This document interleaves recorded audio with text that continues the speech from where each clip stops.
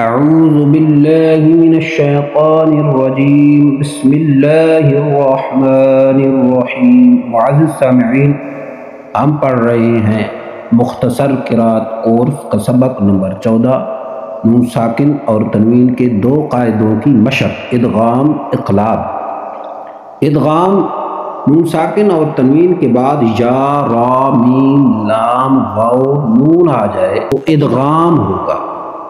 اب ادغام کی دو صورتیں ہیں، ادغام غنہ کے ساتھ اور ادغام بغیر غنہ کے۔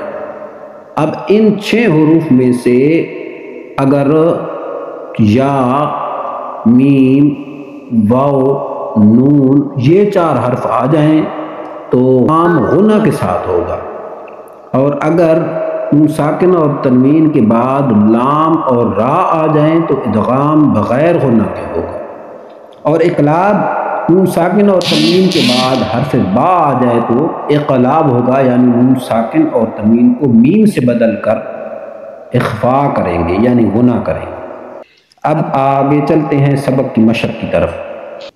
من یقول، نون ساکن کے بعد یا ہے، حروف یرملون میں سے یا ہے تو ادغام غنہ کے ساتھ۔ من یقول من ورق الجنة، من ورق الجنة، نون ساکن کے بعد واو آ گیا ہے تو ادغام غنہ کے ساتھ۔ جنتی من یوم، نون ساکن کے بعد یا حروف یرملون میں سے ہے، ادغام غنہ کے ساتھ۔ من ولی، من ولی، نون ساکن کے بعد واو آ گیا ہے، واو حروف یرملون میں سے ہے، ادغام غنہ کے ساتھ۔ من ولی،